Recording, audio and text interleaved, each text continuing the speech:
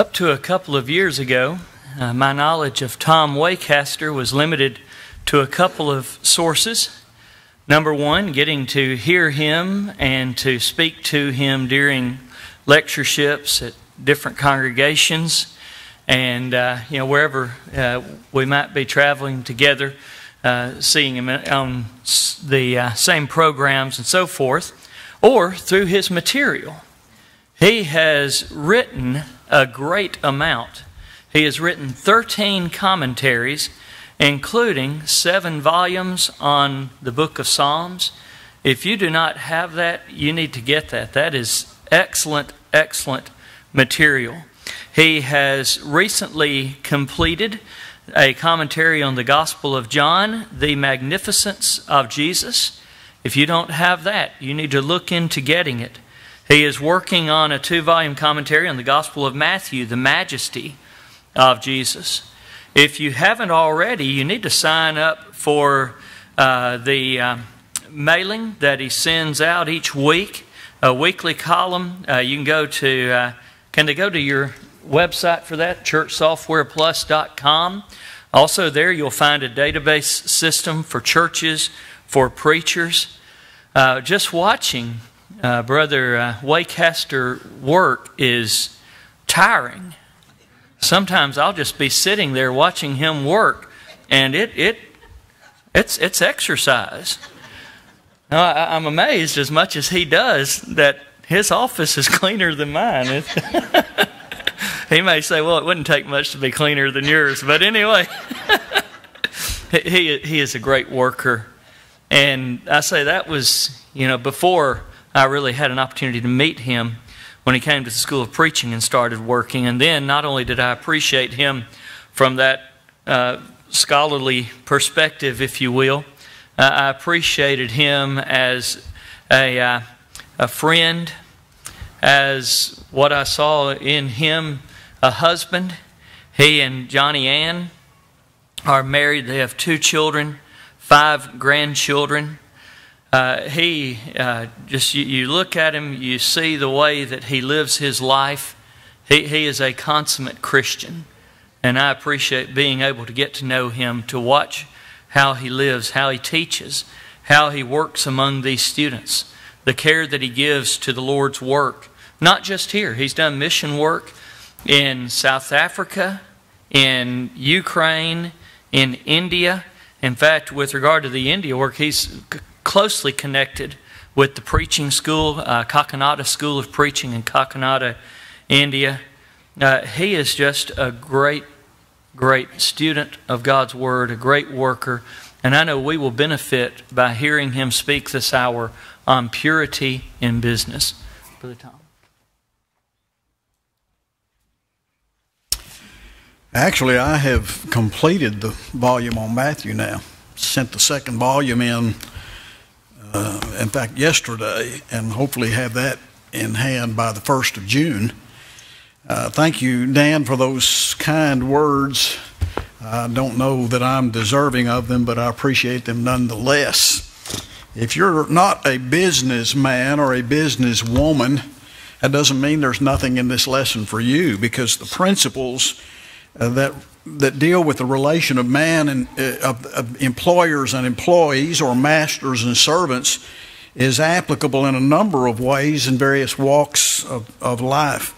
I made the observation in one of the sessions when I was introducing the speaker that it dawned on me, and probably it has to many of you as well, that this series of lectures is speaking to me. I can feel that my heart is being touched by the messages and the challenges that go with making sure that we are pure in life.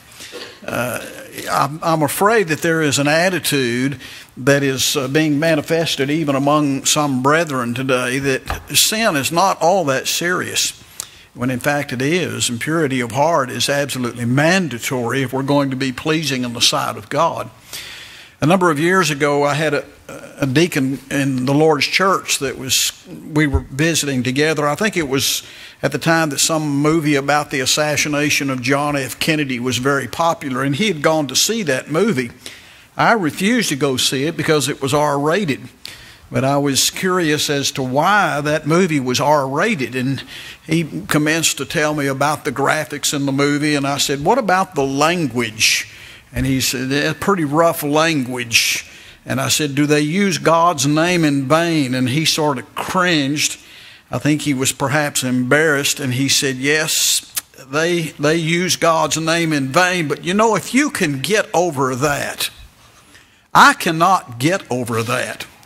In fact, any area of purity in our lives, we dare not make excuses and think that if I can get over that, then it's acceptable in the sight of God as well as my conscience. Charles Kinsley is credited with having made this statement about business and work in general. Being forced to work and forced to do your best will breed in you temperance and self-control, diligence and strength of will, cheerfulness and content, and 100 virtues which the idle will never know. And now we have politicians who are coming on the scene and advocating some kind of a guaranteed government income, whether you're willing to work or not.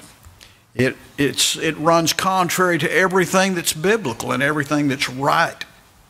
As you've already noticed, this year's lectureship is very multifaceted, touches so many areas of life, and that's because the heart is the substance of life. It is out of the heart that the issues of life derive, and that's why Solomon gave us this warning when he said, keep thy heart with diligence, for out of it are the issues of life. And that's why I say when we look at matters pertaining to purity, it's like holding the mirror of God's Word and looking into that mirror and seeing ourselves for what we really are. And if you have not been challenged to do better in your Christian living and maybe to tweak some of those areas where you've not been as pure as you ought to be, I hope this series of lectures has helped you along the way. Brother F.C. Cook, in his commentary on Proverbs, was writing on this passage in Proverbs 4:23 that I referenced a moment ago. And he said, the fountains and wells of the east were watched over with a special care. A stone was rolled to the mouth of the well, so that and I'm quoting him now, a spring shut up, a fountain sealed, became the type of all that is most jealously guarded. Well, it was the practice of one's enemies to find the well out of which you drew water and to poison that well, for in so doing, not only did you damage maybe his credibility, but you destroyed his livelihood, his flocks. He could not water his flocks. And so that became a proverbial saying in the East, that if you have a spring that is shut up and a fountain that is sealed, you're guarding something very precious. And so it should be with our heart. We should make sure that we are rolling a stone into our heart to show that we're not going to allow anything in that will harm our relationship with God. If our heart is not right with God, life itself is going to be affected. I got this following illustration from Brother Tom Moore years ago, and I'll just sort of summarize what I have in the manuscript. He gave an illustration of a preacher who set a bottle of vinegar on one side and a bottle of honey on the other. They looked identical. If you were just gazing at those, same color, same bottle, same size, and yet when you turn those over, the vinegar will spill out, and in some cases even with a nasty smell about it. But the honey will ooze out sweetness, will it not? And his point is that when life upsets us and we're faced with challenges in life, what's going to come out of your life? Is it going to be something that flows out that is not all that pleasant? Or is what comes out going to be sweet instead of rancorous or rebellious or offensive to those that we come in contact with? Well, we talked about purity of life touching various areas of life, and one of these, of course, is the area of our business. When it comes to business and ethics, studies have proven, no doubt, that ethics is of great value in one's workplace.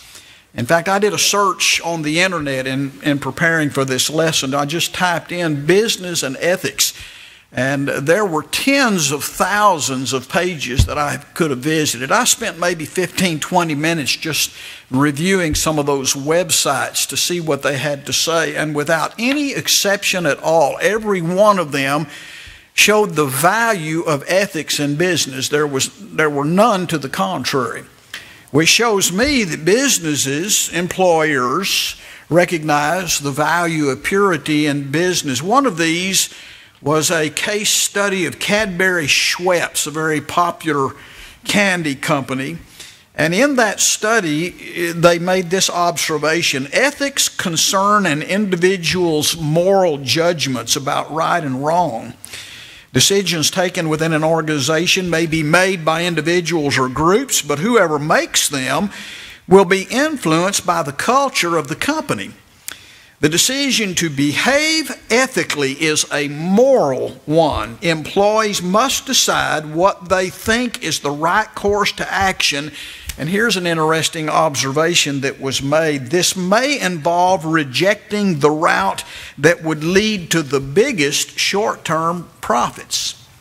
In other words, sometimes ethics will call for a sacrifice in the monetary realm of profit, but it has so many benefits that go with it that being ethical and being honest in one's business actually far outweighs any temporary benefits one may think that he's getting through cutting corners or being dishonest in his business dealings. That same study talked about some of the benefits of ethics in business. Here are just a few of these.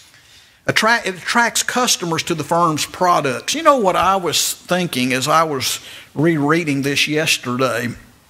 Chick-fil-A has been in the news recently. And in an airport in San Antonio, Texas, they're now not being allowed to come into that airport. They kicked them out for the sole reason that they communicate in their business opposition to things that are immoral and ungodly. Well, they've also been kicked out of an airport in New York City. That doesn't surprise me, but it does surprise me that Texas would do that.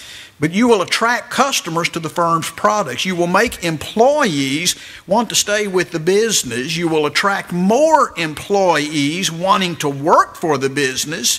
And you will attract investors and keep the company's share price high. I went online and I inquired as to how Chick-fil-A was doing with regard to its stocks and its profitability and the desire of people to work for that company. And here's something that I learned about that company.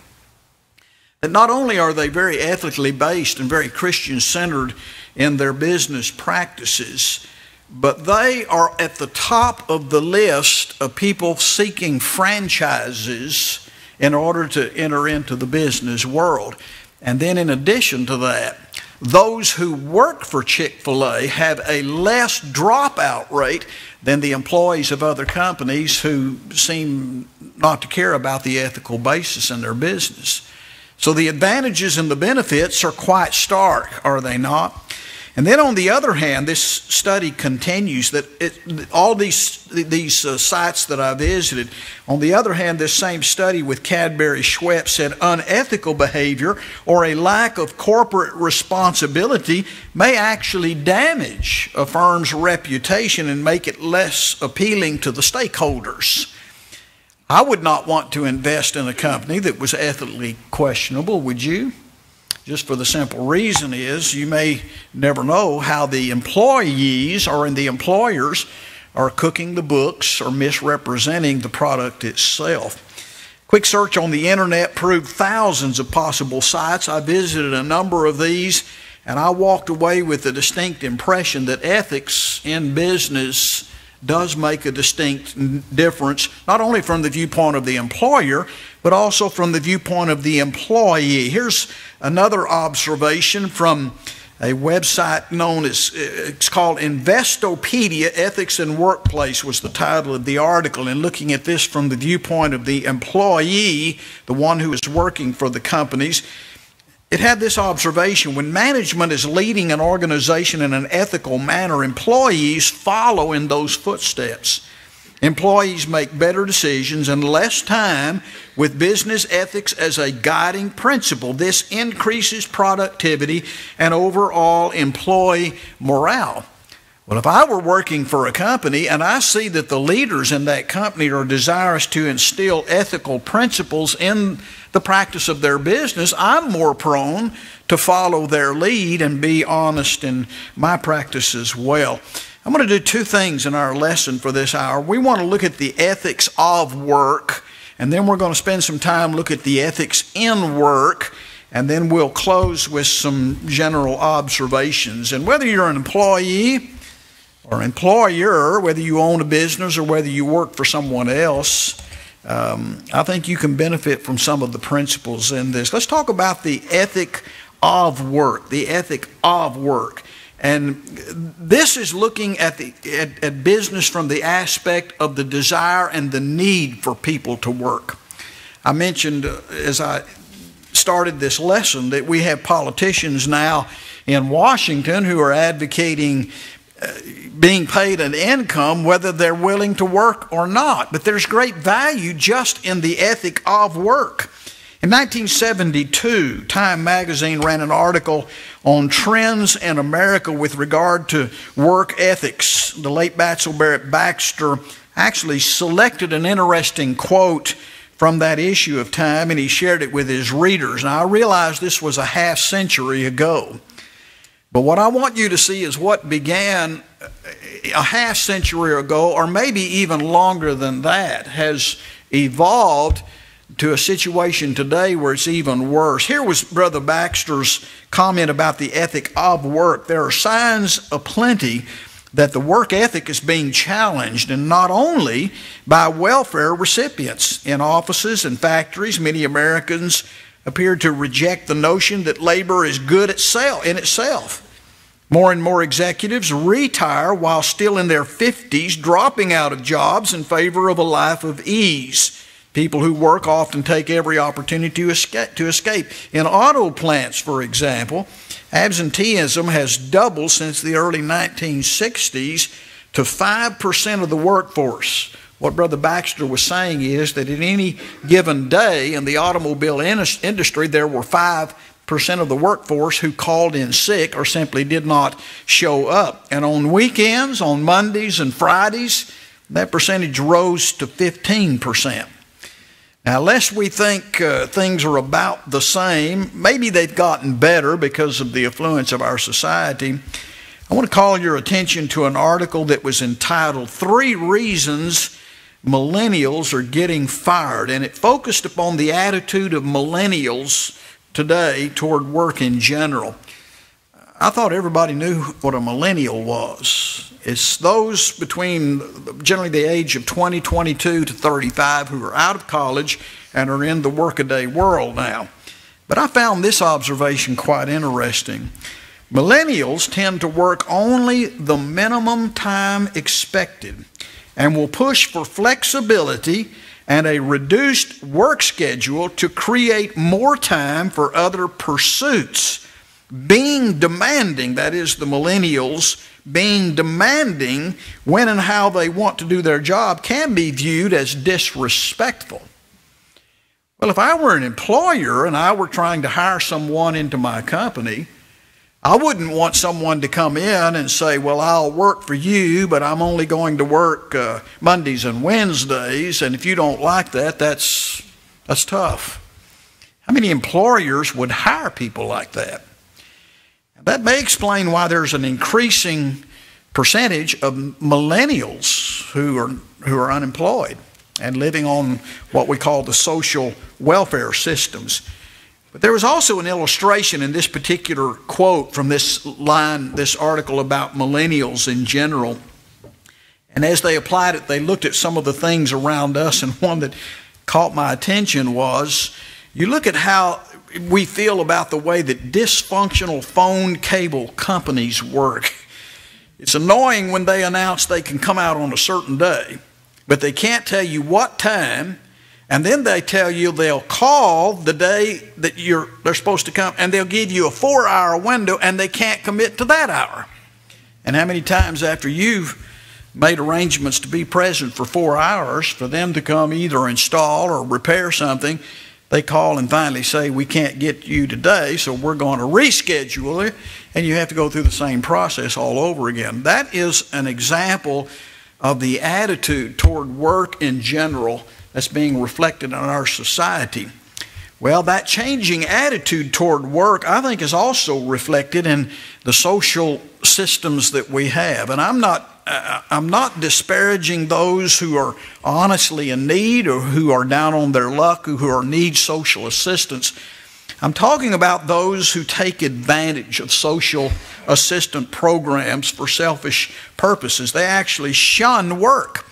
In some of the states recently that have started requiring work for those that are on welfare systems, it's managed to reduce those on the welfare system, but it's received a high degree of criticism by one particular party in our country, simply because they think there's no sympathy involved in demanding or inviting or encouraging people to be a part of the workforce in our society.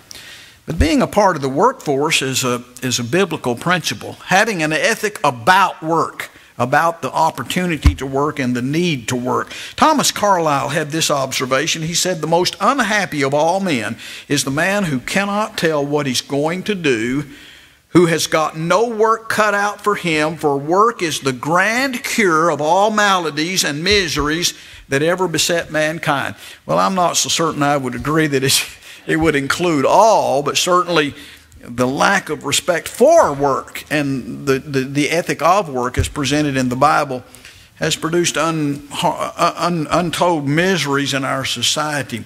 When I did work in Oklahoma in the late 1970s, well, mid to late 1970s, there was a congregation in that town that one of the elders of one of the other congregations worked in that business. It was a Chevrolet dealer, and I told him I had read a story on Brother Baxter's little item about the work ethic, and it told the story. Is this true? He said, unfortunately, it's true. The facts sometimes are a little skewed, but they had actually received a report from General Motors Cadillac division of a man who bought an expensive automobile, and he was driving that, and it had a horrible noise somewhere in the back of that automobile. He took it to the dealer several times. They never could isolate the problem.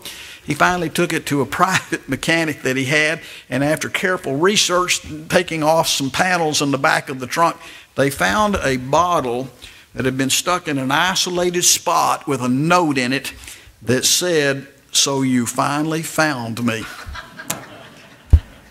You see, they were so bored with work, they wanted some kind of a challenge, even to the extent of causing others misery. Let's talk about what the Bible has to say about the work ethic, the ethic of work, and what it means to actually work. Well, we're familiar that God placed man in the Garden of Eden, and He gave him the responsibility of tilling the ground and caring for that garden.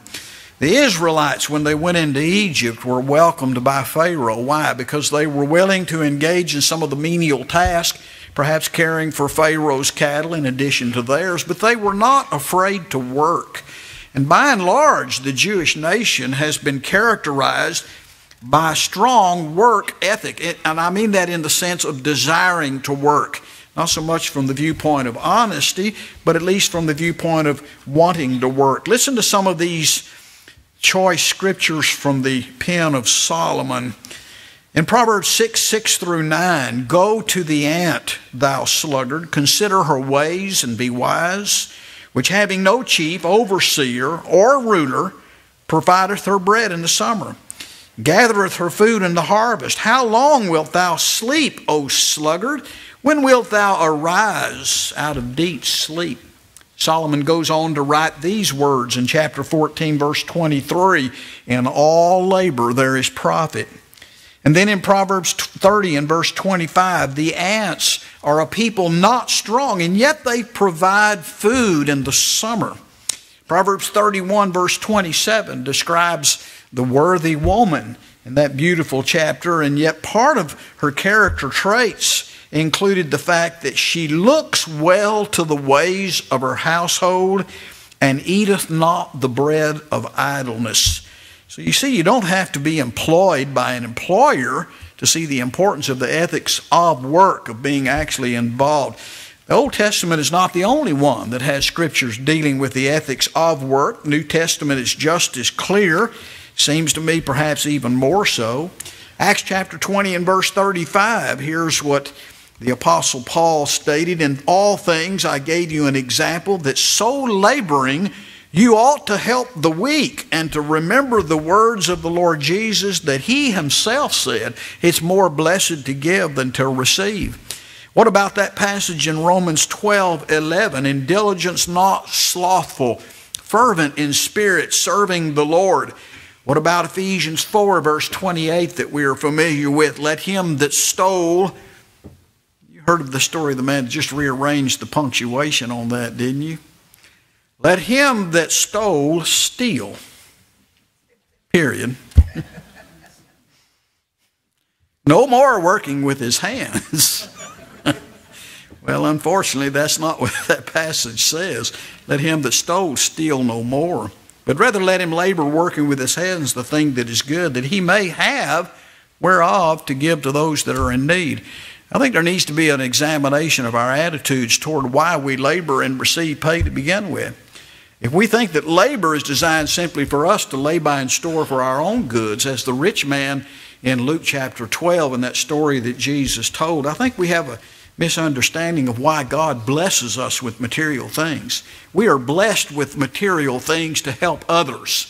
That ought to be our priority, of course, to give unto God as we have been blessed, but then to bless others as well. And speaking from practical experience, and I think I'm probably speaking to a group of people who would agree with this, that we have truly been blessed, and it seems the more we give, the more God gives unto us. I don't know if you're familiar with the late Archie Looper. He lived in California. I think it was a chain of grocery stores or something to that effect. And I was out in California many years ago and had the opportunity to meet him. And he told the story that he had decided he was going to outgive God. He was going to give every penny of profits from his chain of stores. And he said, "Brother Wacaster, I made more money that year than I've ever made before." You see, the desire to help others is certainly a part of the work ethic. Then in 2 Thessalonians chapter 3 and verse 10, we ought to send this blazoned on big signs to Washington, D.C. "And even when we were with you, we commanded you, if any will not work, neither let him eat." There's no lack of compassion in that.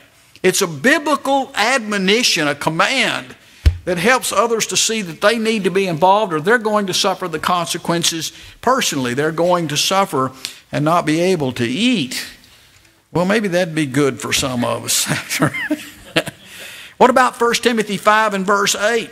The man who doesn't provide for his own household. Apostle Paul said he's worse than an infidel. He's denied the faith.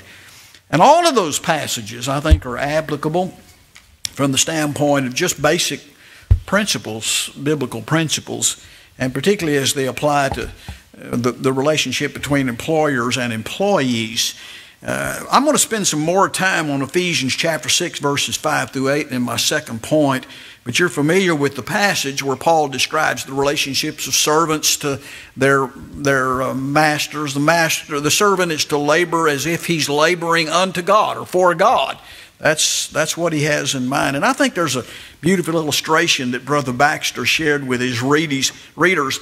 There was a man, it has to do with this attitude of who am I really trying to impress in my work? Who am I trying to please in my work? And he wrote about a man who stood waiting for a streetcar on the corner of a big, busy, dirty city street, and he noticed a cleaner moving slowly toward him as he brushed the dirt into piles along the gutters. He was doing his job well, and when he came abreast to the man sitting on the seat, the cleaner glanced at him, and then he looked back over his work, and he said in broken English, "She do look good, huh?" And then he pointed to the blue sky and said, "God's world." He had a proper perspective of what he was doing. He was doing what he could to improve God's world and to care for God's world. After I read that illustration, I thought to myself, well, who comes by and sweeps up the piles that he swept in neat piles? I wonder if they have the same attitude. That's ethics of work. Let's talk about ethics in work now. And Brother Paul Sain touched on this in a previous lesson, perhaps in far greater detail than I'll be able to deal with it here. But there are certain things that we have to incorporate into our businesses that we make sure that they affect our behavior in business. So we talk about ethics in work. Brother Melvin Sapp in the 1989 MSOP lectureship book had a great lecture on this very subject, and particularly this second point, and I've taken some of his points and tweaked those and developed them a little bit to express it in my own way. But the best place to begin is to define words here. When you deal with ethics, Merriam-Webster Dictionary online defines ethics as the discipline dealing with what is good and bad and with moral duty and obligation. Now, there was a secondary definition that also appeared there, and I think it's more relevant to our lesson than perhaps that first primary meaning. The secondary meaning is this: the principles, ethics, the principles of conduct governing an individual or a group. The key word there is governing. We talk about all of these lessons on ethics. How many times have we heard, there's the ethic, there's the purity we strive for, but I have to make the application of it. Do I not? So we're talking about how it governs, how it changes my life. Another word is the word business. I think we're familiar with what business is. It's just conducting the give and take of business affairs, and to do it in such a way that you demonstrate honesty, integrity.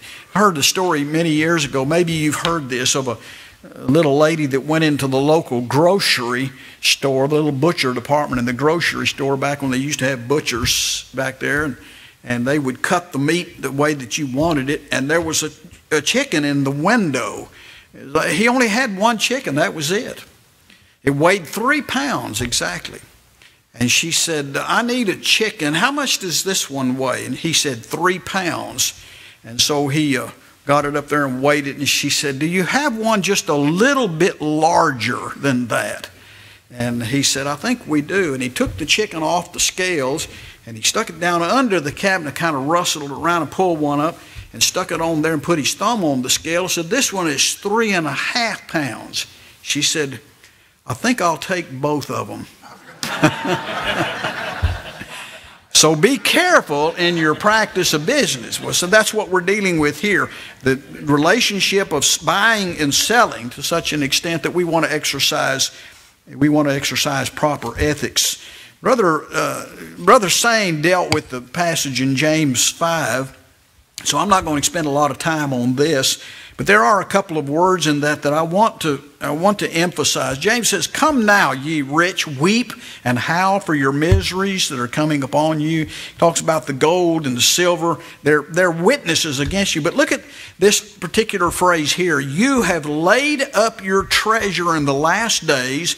Behold, the hire of the laborers who mowed your fields, which is of you, kept by fraud, crieth out. I'm interested in those two words, behold and crieth. Behold, that means pay attention.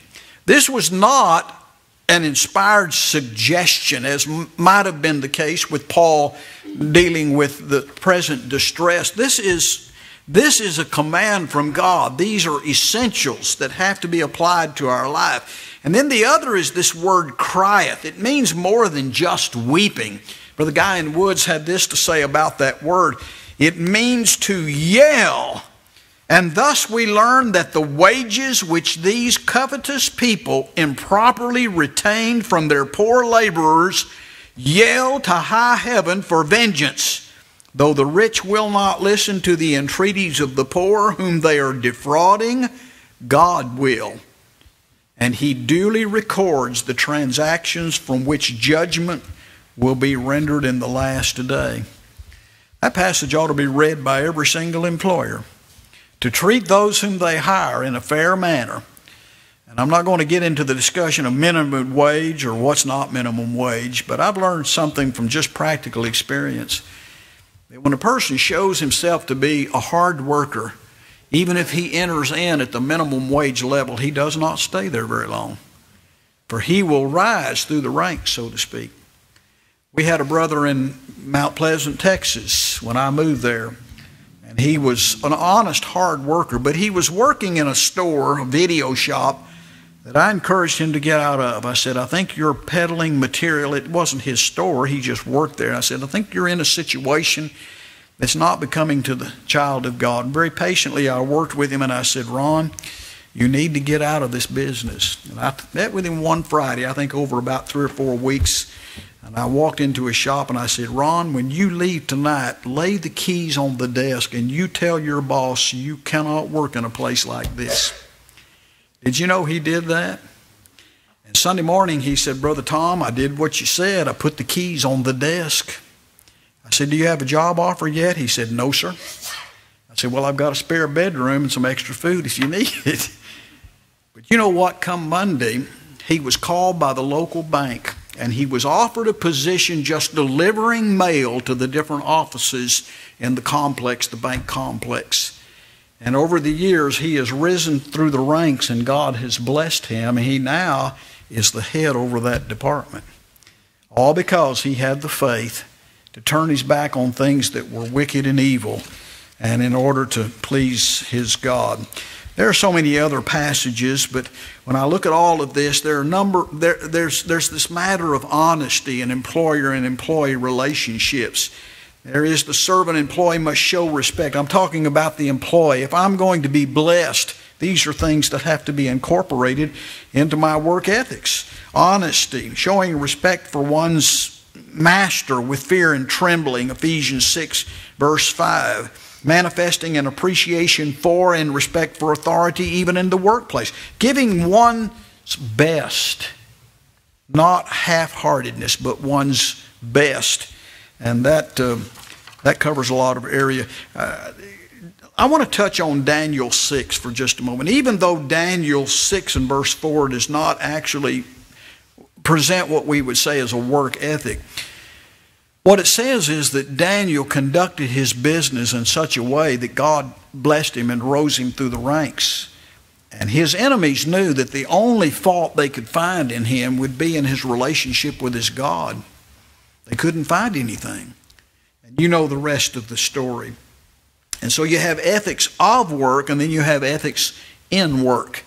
And even though I may have the proper ethic of work, if I'm not exercising the principles in the Bible, my ethics in work need to be improved. Seems to me that there are 3 character traits, in conclusion, 3 character traits that set any business apart from what seems to be the norm. And these 3 words, integrity, excellence, and commitment.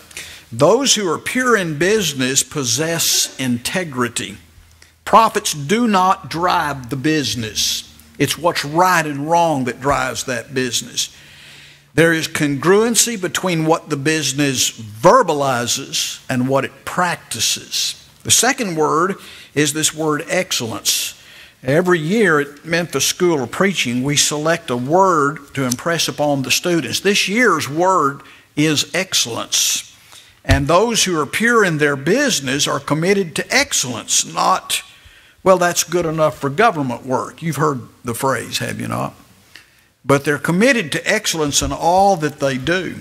And then third, purity in business means commitment to people and not things, profits, or even the business itself. It's been shown that businesses that recognize the needs of their people and create opportunities for them to fulfill those needs bring out the best in them. It never be said of us that we shirked our duty to treat our fellow man as we should, especially when it comes to the practice of our businesses, whether it's as an employer or as an employee. Thank you for your